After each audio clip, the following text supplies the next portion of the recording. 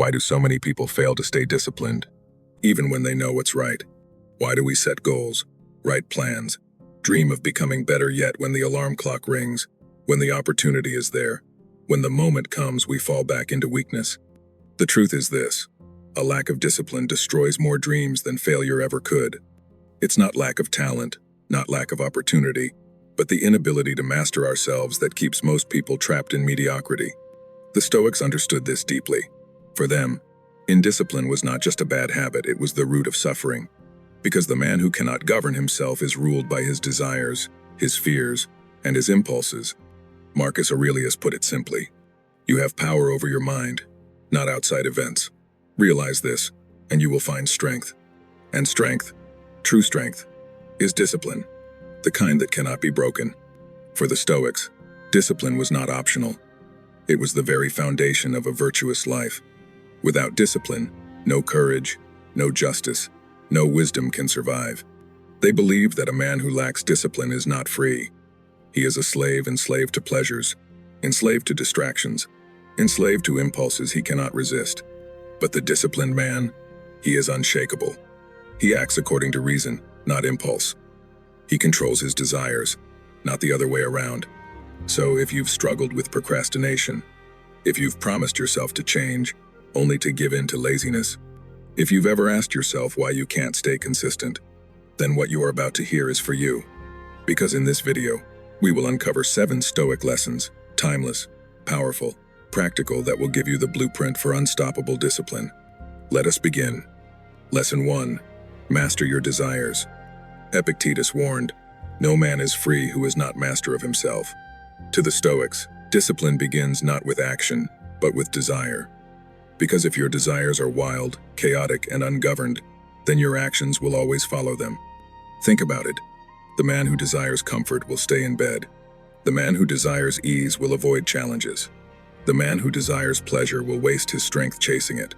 And so life passes not with great disasters, but with small surrenders to desire. The Stoic sees desire for what it is, not a command, but a suggestion, a whisper from the body, from habit, from instinct, something that can be observed, challenged, and mastered. Epictetus told his students to pause when a desire arose and ask, "Is this within my control? Will this make me better or weaker?" It's easy to follow desire, it feels natural. But every time you do, you give away your strength. Every time you obey impulse without reflection, you train yourself to be weaker. Discipline, then, is not about never feeling desire. It's about recognizing it for what it is, a fleeting impulse, not a master. Imagine tomorrow morning. Your alarm rings at 5 a.m. A desire whispers, "Stay in bed, just one more hour." That moment is not small, it is the battlefield of your soul. Do you obey desire, or do you master it? The man who learns to say no to the wrong desires, and yes only to what strengthens him, becomes free. The disciplined life begins here. Master your desires, or they will master you. Lesson 2. Train the body, strengthen the mind. Musonius Rufus, often called the Roman Socrates, believed philosophy was not just theory, it was training of the mind and the body. He wrote, "If you accomplish something good with hard work, the labor passes quickly, but the good endures." For him, discipline was not abstract, it was physical. Because the body and mind are linked, if you cannot master your body, your appetite, your laziness, how will you master your mind? Think of it this way. When you train your body to rise when tired, to move when it craves stillness, to work when it begs for rest, you are not just training muscles, you are training willpower. This is why Stoics practice daily physical challenges, not to show off, not to become famous, but to harden the will. When you push your body to exercise when you don't feel like it, when you endure hunger a little longer, when you walk instead of taking the easy path, you are teaching your mind the greatest lesson. I am stronger than comfort. The man who avoids all effort weakens his spirit. The man who embraces effort strengthens his soul. Modern life tempts us to comfort at every corner. Cars instead of walking, junk food instead of fasting, scrolling instead of training. Every comfort accepted without resistance makes us weaker. The disciplined man does not chase ease. He embraces effort, and through the body, he strengthens the soul. Lesson 3. Focus only on what you can control. Marcus Aurelius repeated to himself constantly, You have power over your mind, not outside events. Discipline dies when energy is wasted on the uncontrollable. Think of how much time is lost on anger at traffic, bitterness at opinions, anxiety about the future. We scatter our strength in 1,000 directions, fighting shadows we cannot touch. The Stoics knew this was the path of weakness, so they trained their focus like a weapon. The undisciplined person tries to control everything and fails. The disciplined person controls only what is theirs: their thoughts, their choices, their responses. Picture yourself at work. A colleague insults you.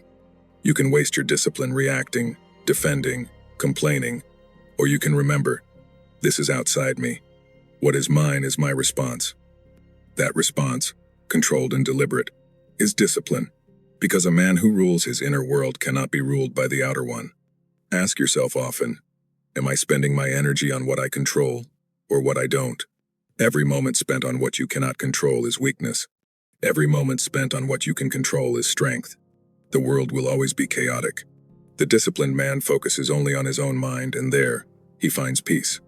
Lesson 4. Start with small daily actions. We imagine discipline as grand. We picture great sacrifices, heroic efforts, radical transformations. But Seneca warned, it is not that we have a short time to live, but that we waste much of it. True discipline is not built in one moment. It is built in small, quiet, repeated acts. Write 1 sentence a day. Take 1 cold shower. Meditate for 1 minute. These are bricks. One by one, they build a wall that no storm can break.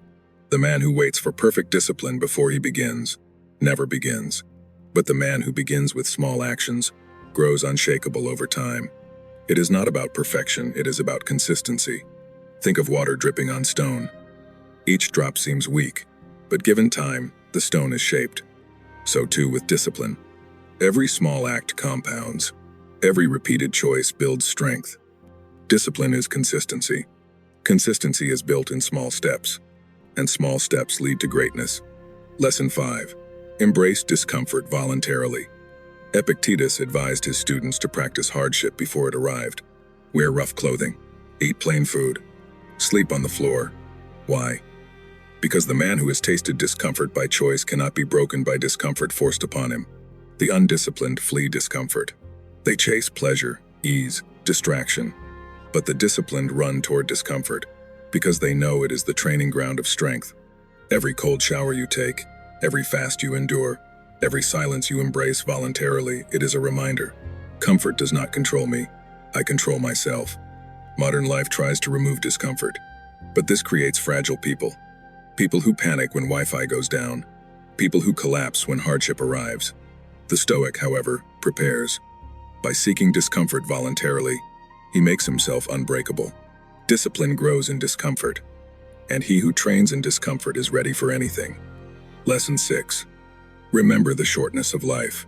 Memento mori. Remember, you will die. Marcus Aurelius reminded himself, you could leave life right now. Let that determine what you do and say and think.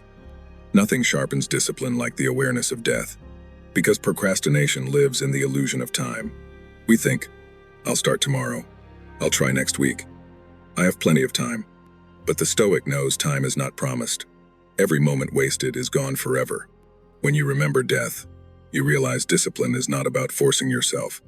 It is about honoring the short gift of life. To live without discipline is to drift aimlessly until life ends. To live with discipline is to live fully, awake, present, intentional. The man who remembers death does not waste life. He acts now. Lesson 7. Align discipline with virtue, not ego.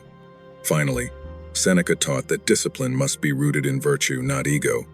If you train only to impress, if you study only to boast, if you work only for recognition, your discipline will collapse the moment applause disappears. But if you root discipline in virtue and courage, in wisdom, in justice, in self-control, then your discipline will endure, even in silence, even when unseen. Seneca said, a good character, when established, is not easily overthrown. The disciplined man does not ask, how will this make me look? He asks, will this make me good? Will this make me just, strong, wise? Discipline built on vanity is fragile. Discipline built on virtue is unshakable. These 7 lessons form one truth. Discipline is not about forcing yourself. It is about living in harmony with reason and virtue, to master your desires, to train your body, to control only what is yours, to begin small, daily, to embrace discomfort, to remember death, to root your actions in virtue. This is not punishment. This is freedom, because the man who lives with discipline is not chained by impulse. He is free, calm, focused, unstoppable. Marcus Aurelius left us one command: waste no more time arguing what a good man should be. Be one. The same is true for discipline. Do not argue about it. Do not wait for it. Be disciplined today, now, in this moment. If you practice even one of these lessons today, you are already walking the Stoic path. So begin. And when you are ready to go deeper, watch the next video in this series, where we will continue to walk the path of wisdom together.